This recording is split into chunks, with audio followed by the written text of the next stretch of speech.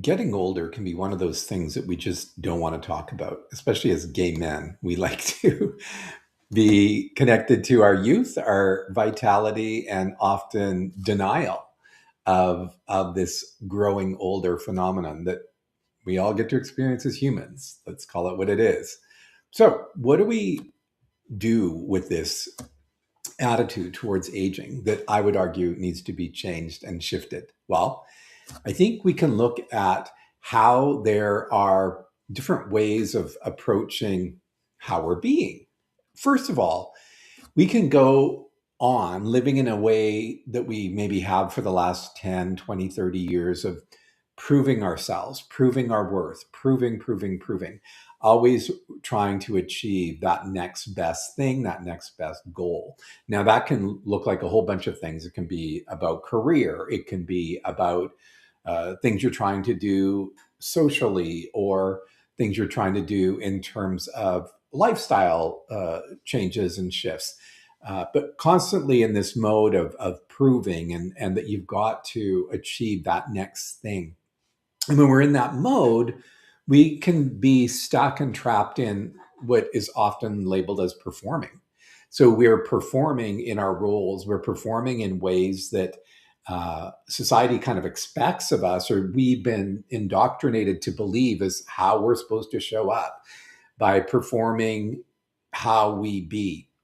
So you can even be performing in your most intimate relationships, for example. You can certainly be performing in your roles at work. You can be performing in terms of your community and how you fit in. And a lot of that can lead to a sense of a deep cognitive dissonance at some point where you don't feel connected to who you truly and authentically are.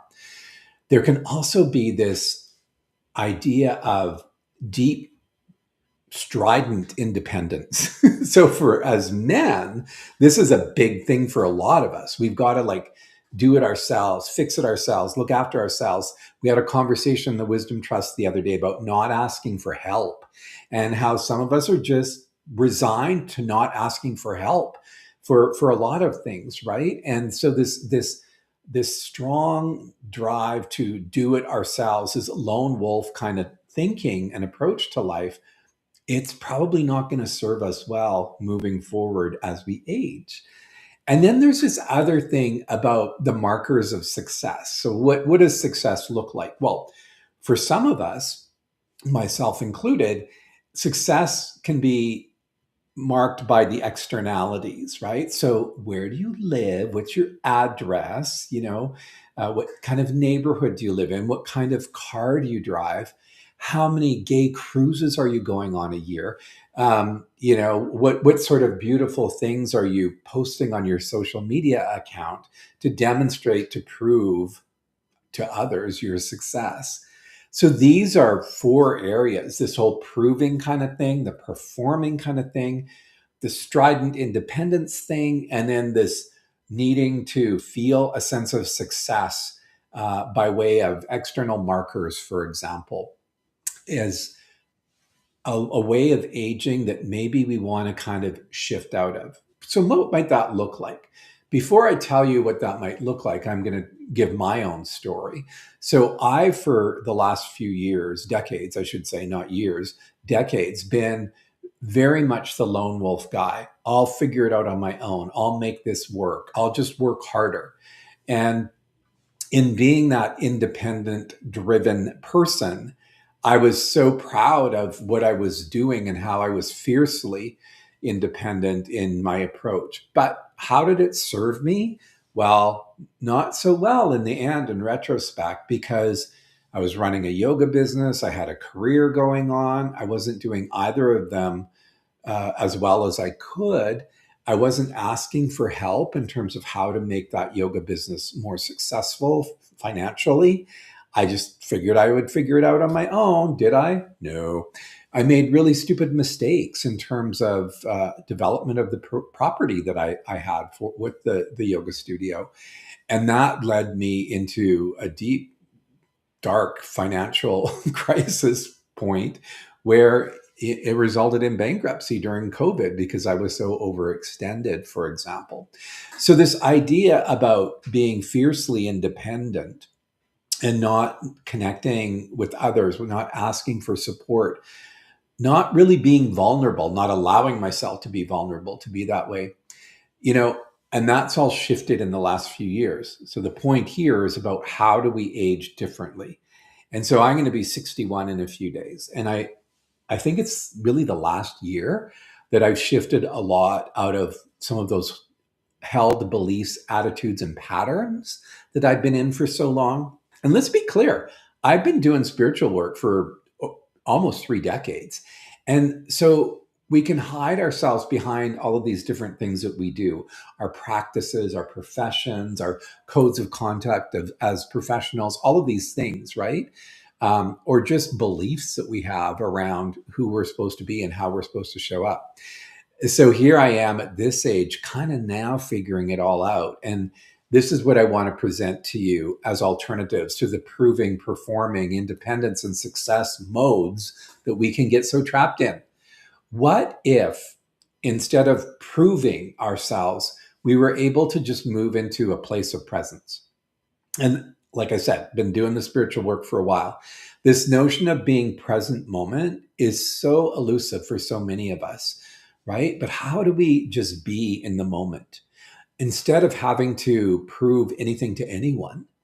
Because that proving is who we are and what we are is the route of being miserable, because we can never be all of that, right? But if we can just be here in this moment and appreciate it for what it is, and know that in this very moment, everything is just as it should be, it can be no other way. And all that stuff in the future can just be more fodder for frustration, for angst, for misery. And that doesn't mean that we don't plan, that we don't have our, our vision board or whatever it may be for you, but we're not obsessively trying to prove and make that happen. We're actually stepping back, holding space for the present moment, being in the present, and allowing, I know this is going to sound flaky to some of you, the universe to support us instead of us bulldozing forward. We get out of that proving mode. That's going to make our aging process a lot more elegant. And what about performing? Well, maybe it's time finally at this stage where it's like, well, who am I? Who am I? How can I be more authentic in my being?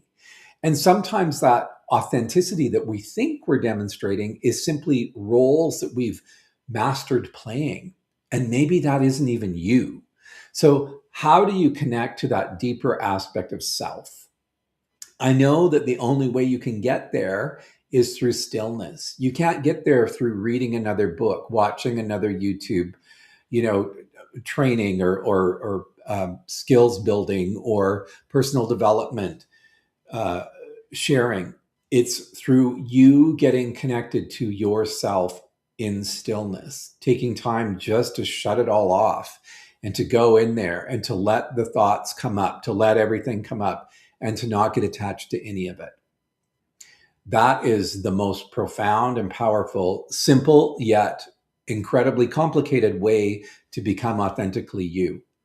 No one out there can tell you what that is. No guru can give you a path to your deep, authentic self. You can figure it out on your own because you're already there. It's just masked by all of these layers of proving, performing, and all these other things that we've layered onto who we actually are. So connect to your authenticity. In terms of the independence thing, and this has been such a powerful shift really in the last few months, this whole wisdom trust thing that I'm working on, building this virtual community, which will ultimately be pods of communities and local communities, and ultimately be co-living environments for aging gay men. All of this stuff is about belonging. And I've never felt that I belonged. I never felt that I belonged in the gay community, period. I never felt I belonged around in the company of men, period. I never felt I belonged in yoga community, period. So being this staunchly independent person, I didn't know what belonging meant and looked like, and especially felt like. And so now that I'm connecting, heart level, connect, and again, 20 some years of spiritual work, only now is it kind of like manifesting in terms of real, strong, loving connection. Do I feel a sense of belonging? And that belonging is key at this stage in our lives, right? There's a lot that we're going through, a lot of changing, a lot of morphing in this body, a lot of morphing, even in terms of how we look and feel in this world. Our values start to shift. And if they aren't, that probably means you're a little bit stuck. And if you're content and comfortable being there, all the power to you. But for those of us that are looking at aging as an opportunity to shift, to grow, to become, to be, this is what I'm talking about. Now, the last bit is on the success front. So what model can that look like? How can we shift out of that success is some kind of external validation kind of thing? It's all the titles, the bank account balance, all of that stuff. What if success is about how you show up for you and how you contribute? So we talk about this thing called the gay community, but how many of us really feel that it's a community? We go to gay bars, we have sex with gay men, we have our partners, some of us, but does the fact that we hang out with other gay men make it a community? Well, communities actually have to be built and they have to be maintained, and energy has to be put into them. So what if we contribute more to each other, more in terms of building a community of gay men who are mature, who are experiencing this stage of life from a new perspective, from a deeper connection point of view, from a deeper communication point of view, that we're done with the superficiality of the bar talk or the pool party talk.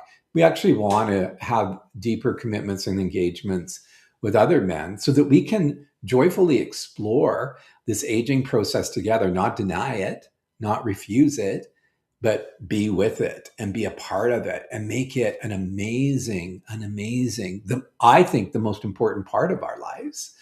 So I'll leave you with this, that the best years of our lives aren't behind us.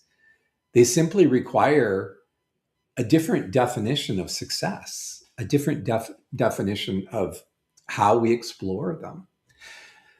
So I'll leave that with you. If you're interested in this conversation, let's get you plugged into the Wisdom Trust community. I would love to hear your comments. If any of this has resonated, struck a chord with you, go ahead and share in the comments where you're watching it. Would love to hear your observations. All right, that's it for today. See you soon.